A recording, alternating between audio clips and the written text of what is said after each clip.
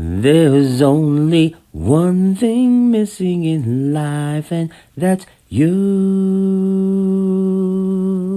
That's you. That's you. That is you. Hey, Goju Nation. You know it is podcast time, and as I always say, every time I start one of these things, a melody pops in my head, and I just kind of express it, knowing that my voice is the most horrible voice on planet Earth. That is my favorite song right now by Lucky Day. That's You. If you have not appreciated, absolutely download it immediately. You need it in your life. And how are we, Goju Nation, as I'm podcasting? We got some noise in the background. We're going to ignore that, though, right? Industry rule number 4080, December edition, holiday edition. Hope you are being fed emotionally, mentally, and spiritually to move you forward. For those who are not, I am here. For those who need it, I am here. For those who aren't here, you are lost. But here we go. You got me by myself. You know what that means. You get something qualified, verified, and certified. I got some guests coming up pretty soon, and we'll do those, and we'll get some more into you, man. But I know I've been away for a little bit, excuse me, and I wanted to get right with you guys and get us back on track. So we probably should do this right away, right? Should we do it right away? We're gonna do it right away. All right. The Q, the Q, the Q, the Q. Qualified. What is 1,000% unequivocally, absolutely qualified? Starts here. 1969 is the year where they lowered the pitching mound 5 inches due to the previous year where Denny McClain and Bob Gibson had these stellar pitching years where they were just unhittable. 20 plus complete games, over 20 wins. I know Bob Gibson had less than 10 losses that year. I think Denny McClain may have as well. But it was a watershed moment because it just showed the dominance of the pitchers, and that needed to be altered. So it's been about 50 years since we've had a major change in that sense.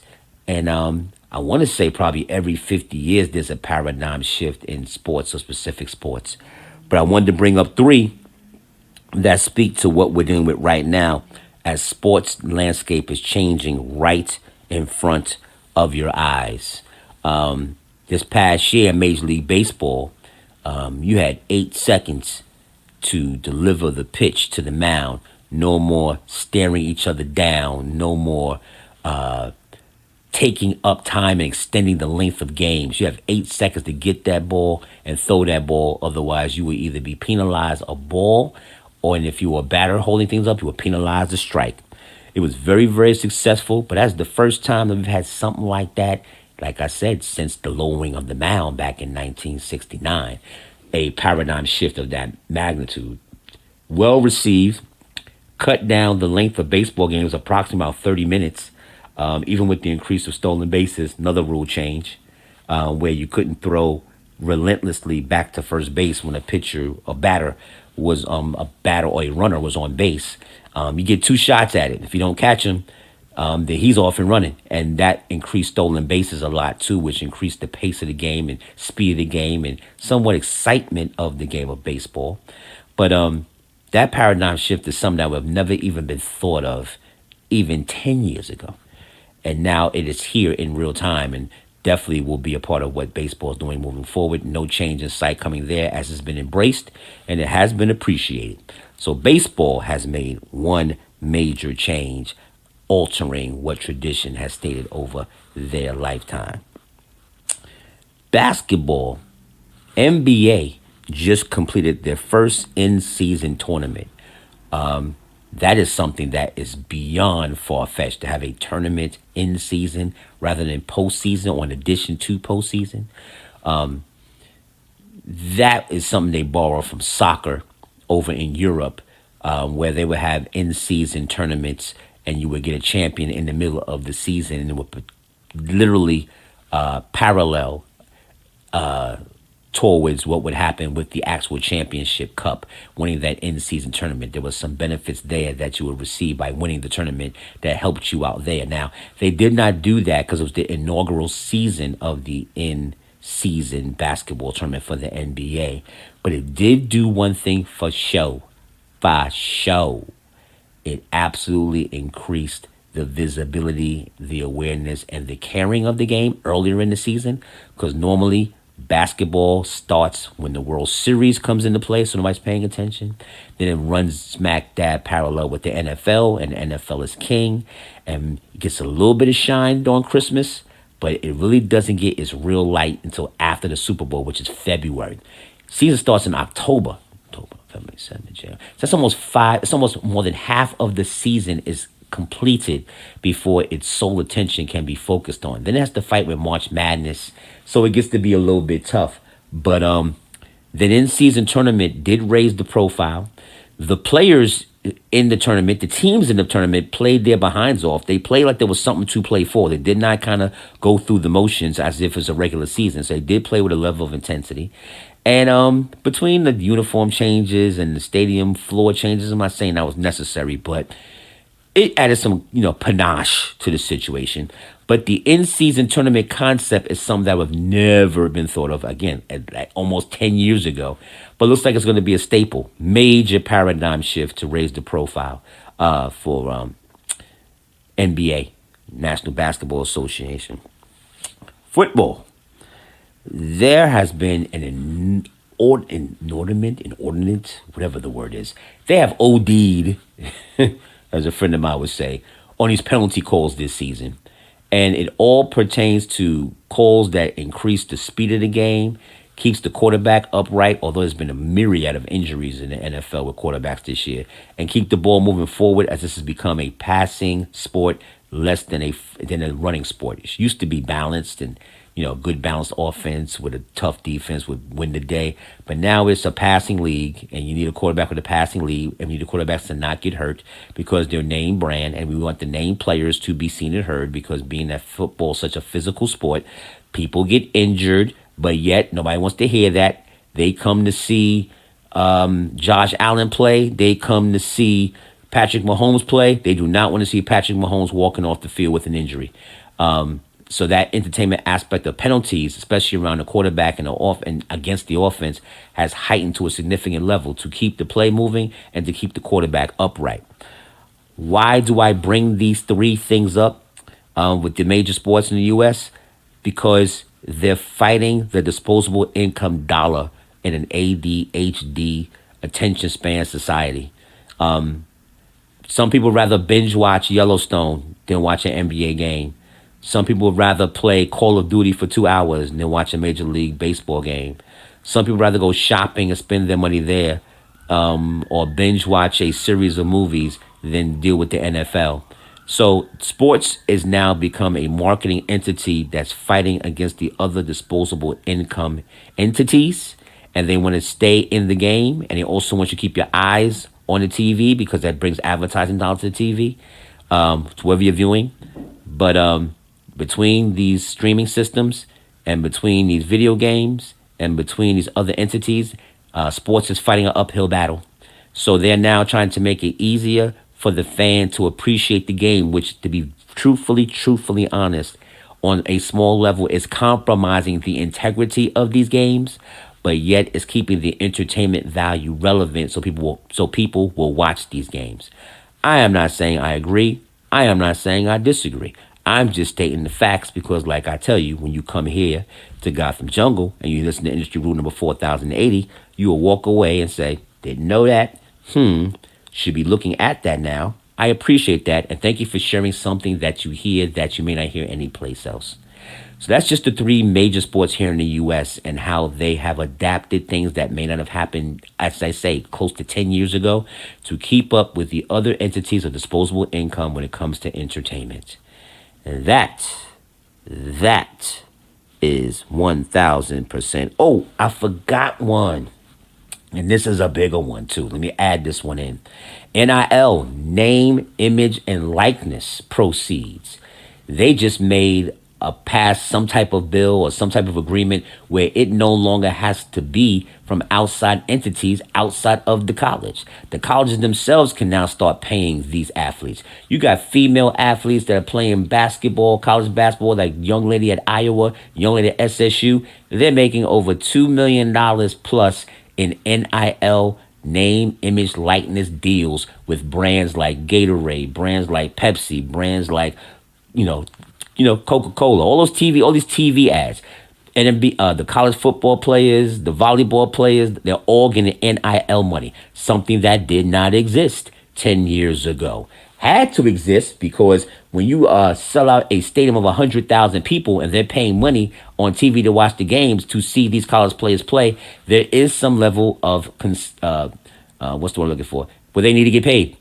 Okay, there's some level of compensation that needs to be recognized, and it's now here. Now it's out the gate. Okay, it's out the gate. That Pandora's box is wide open, broken, ripped in half, and there's nothing you could do about it now. And these kids are making way too much money. Some of them are making more money than players in the actual pro sports are making. That's just what it is. Truth is truth. But that's another one that's been a major change that has happened in society in the major sports that we did not see happening before, that is happening now. Name, image, and likeness payments that are going to these college athletes. These kids are in college making millions of dollars before they even make it to the pros. Again, to maintain their image, to maintain their marketing status, and to maintain their place in society and not fall down the list of the other major areas where people are spending their disposable income. That is qualified, and qualified. The Q, the Q, the Q, the Q, the Q, the Q, the Q. Now the V, the V, the V, the V, and this is what is verified. You know I like to make them left turns, skirt. You know I like to make them left turns, skirt. Here we go. Now we always speak about this every year, but it's worth bringing up every year. Okay, the holidays could be a tough time for those that don't have. We always see the pictures and the images of the haves, but sometimes the have-nots need to be very much focused on as well too. So first and foremost, as you're checking on your world, just check on your friends and make sure that they are emotionally and mentally stable and they're okay, because it could be a very depressive time when you don't have means, you don't have family members around that have been around before. Times is changing, traditions change. You may be an empty nester and the kids don't come home as much. I'm just saying that as much as a jolly, holly time of the year, it also could be a very depressing time of the year. So check on your friends and don't just say, hey, how you doing? Say, how are you doing? What's going on with your spirit? What's going on with your mental? How's your mental feeling? And make sure you gravitate towards your friends and make sure they're okay, because it is that time of the year. And that is one part of verified. And here are some of the contributing factors to why you should check on those that catch the winter blues, or the holiday blues, as we'll call it for this faction. Okay? How about you just don't have the money? You may have kids, plural kids, and they want things, and things are expensive, and you might be on a tight budget, or something may have happened with your job, and you may not have it. So not having the money for your loved ones, spouse, whatever, that could be very much upsetting and bring you to a place of not being okay. A lot of times people go into debt over the holidays, try to make people happy. They go into debt in December, don't come out of it to September, October, and then it's the holidays all over again because they're trying to make their world happy and make their kids happy, and they end up spending money they don't have, and they go into debt during the holidays. That can also contribute to them being depressed, or having the winter blues, the holiday blues. Also, this time of year, God forbid, it's always tough when you lose a loved one or person close to you, but it's even that much more tough or tougher when they pass during the holidays, because every time the holidays come, it's a redundant, consistent reminder, more so than just a anniversary or stuff like that. And if you have to sit with it and you have memories of being with those people during the holidays, they're no longer there, that hits you different. It hits different. So that needs to be respected and understood as well too, that they could be going through the holiday blues because they're reminded of the people that have passed. One other one, and I'm going to sit here and I'm not going to lie to you.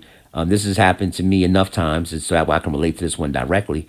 That sometimes just running around, whether you're working or you're taking care of things, you might look to the left, look to the right, and say, hey, hold on, just realize I'm by myself for the holidays. Now, being alone for the holidays absolutely sucks because you can't sing Jingle Bells by yourself to yourself. Okay, you can only drink so much eggnog as it is. So, being alone on the holidays could also contribute to being frustrated or being upset or being depressed. That those things come into play as well too. So look out for your friends in that sense as well too. How about family traditions? There's been a lot of family traditions that you may have had when you were young. I remember when I was young, my other half of my family is Bayesian, and we would go to my grandmother's house, and we would all play, the whole family. I'm talking about we would be, I'm not lying, we'd be 30 deep between both sides of the family on that type of thing. Me and my brother and my sister and stuff. We would go to grandmother's house, and one of our traditions was we used to play Pacino. Okay, we would play Pacino for pennies, and I was very good at it. And that would be a tradition we would do every single year. It would be a round table of 8 Pacino cards and corners, center, the whole thing. Pacino is, for those that don't know, that's a Bayesian staple. That would be the equivalent of dominoes in Jamaica, be the equivalent of spades in a blackening. So recognizing that traditions that may end over time can also bring about a level of disdain or depression or being upset during the course of the holidays as well too. So that you must keep in mind as you check on your friends as well too. Lastly, economic change is also something that has to kind of be taken in consideration. They showed videos like 10 years ago how people would bombard stores on Black Friday and how people would be fighting over TVs and stuff. But this year's been a little bit more crickets this year because people are buying stuff online and picking up or having it delivered. Amazon is huge within that type of stuff and just delivery systems in general. That's something that wasn't here 10 years ago. It's something that's here now. And it has made Black Friday turn into a Black Friday week and Tech Monday turn into a Tech Monday week.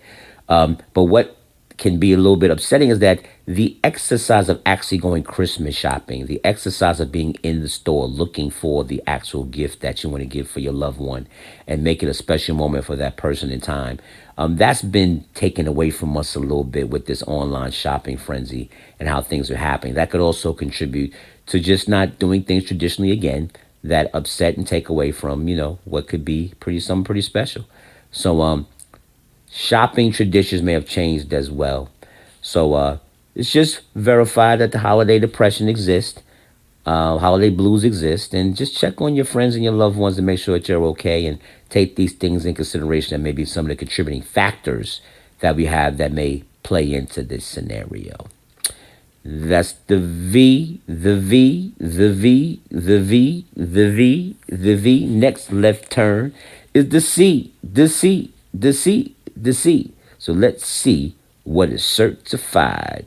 Certified, certified, certified.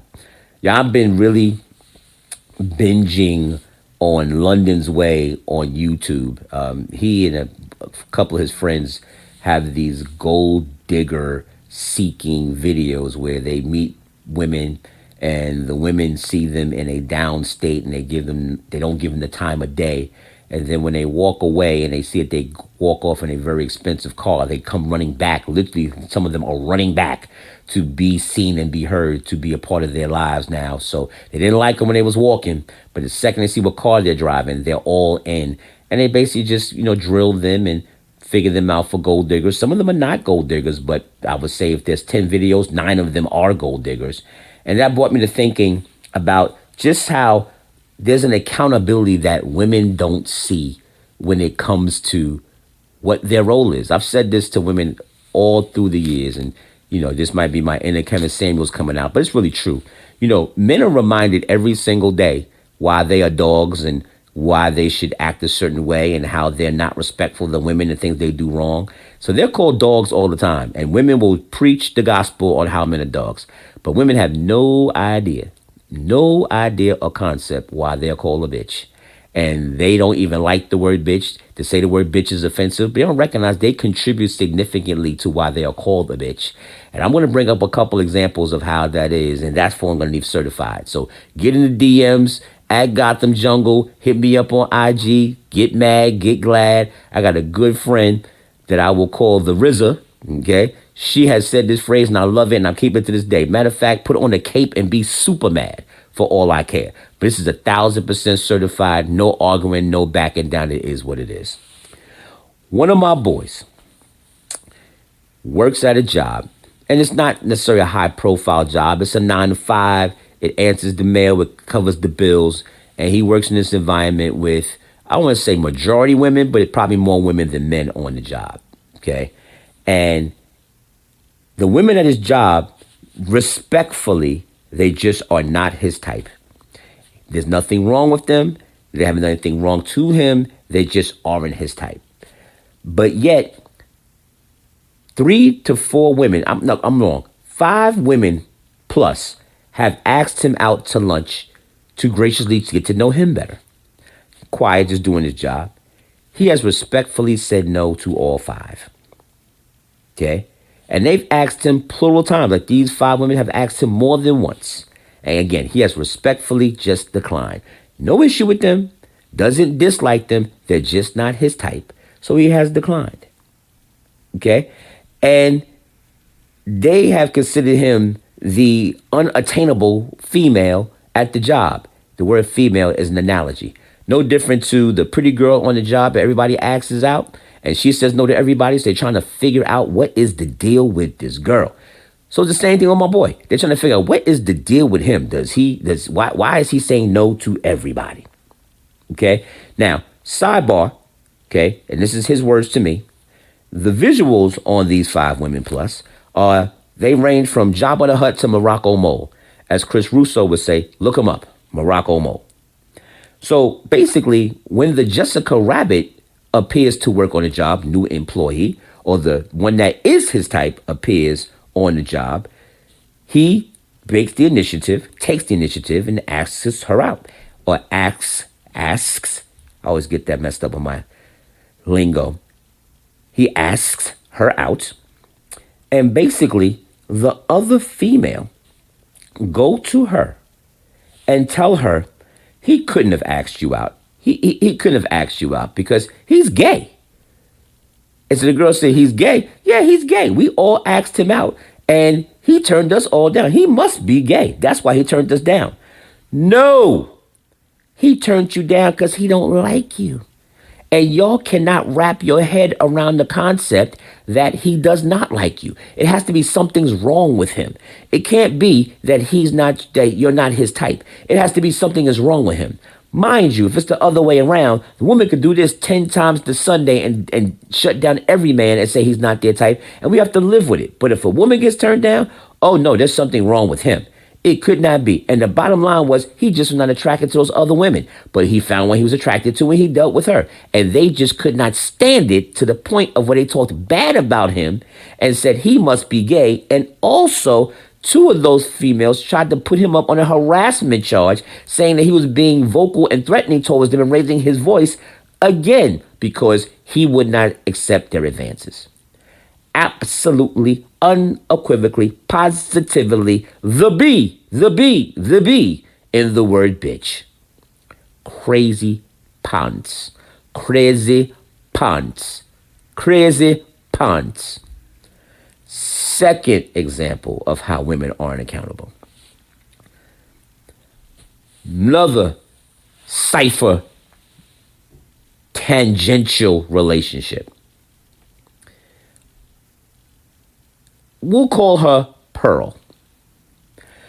Pearl has been recently divorced from her husband, and for reasons that he had done her wrong. And Pearl is now approaching some of her golden years. Let's just say she's over 45. Okay? Pearl decides to hit up a friend of mine named Jacques and basically tells Jacques, hey, how you doing? You know what happened with me and my husband. We're no longer together. We're divorced, etc., etc.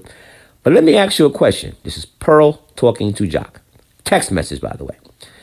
She says, are you and your current wife in an open relationship? Because if you are, I would like to invite myself into your relationship so I could service you and service her. What? She basically asks Jacques, if Jacques' marriage, he's newly remarried, by the way, is an open relationship because she, formerly married, would like to have a threesome with Jacques and his new wife.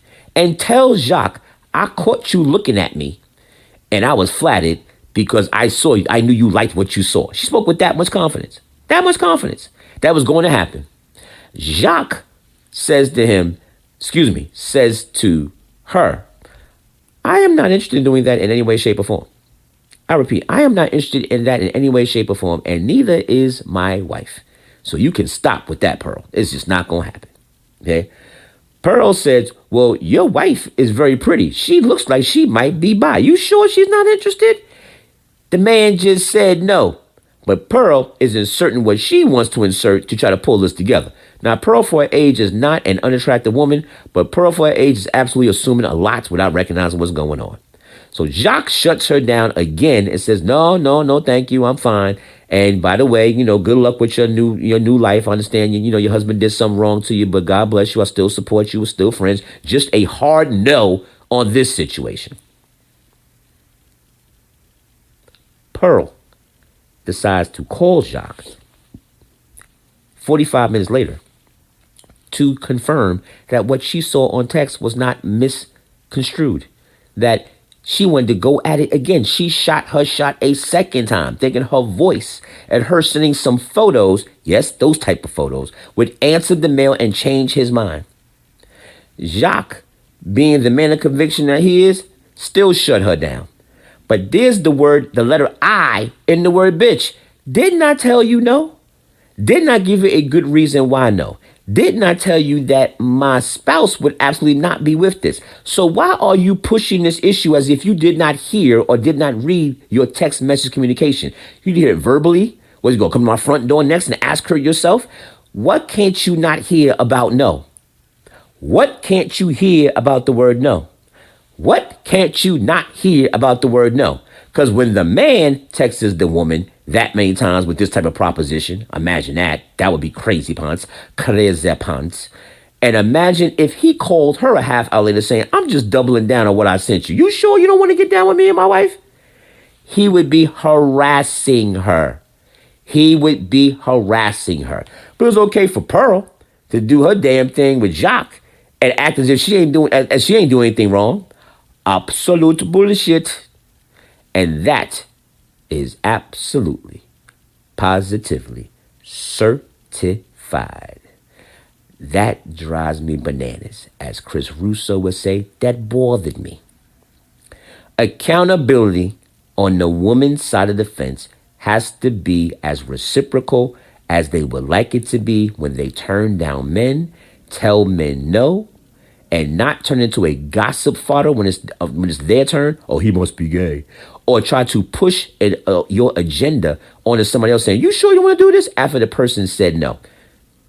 Straight crazy. That is the C. Verified, certified, qualified. Verified, qualified, certified. Sports is changing. First time in 50 years, these paradigm shifts going on. That is what's qualified. Verified. Stay close to your family and your friends. It could be a very depressing season, during this holiday season. And your friends may need you more than they know. And I gave you some reasons why you need to pay attention to that. Certified. Accountability on the female side needs to step up and be there and be present and stop acting as if you could do what you want to do and say what you want to say like it's just okay. And if you don't get your way, you're going to raise accusations, attack a man's character, or just bang down his front door and say, here I am, look at me, you got to want this. That is straight assumption bullshit, especially for a man of strength, a man of character, and a man of virtue. Straight BS. Half-hour session before you go, Jude Nation. All threads, X, Facebook, IG, YouTube, Apple Podcasts. I'm missing a couple, but I'm growing and growing. We're getting there. This is industry rule number 4080. My name is Tally. Happy holidays. Stay close to those who love you. And remember this: light and darkness cannot exist at the same time. So if you must choose one, choose the light. This is Tally. Enjoy. I'll talk to you soon.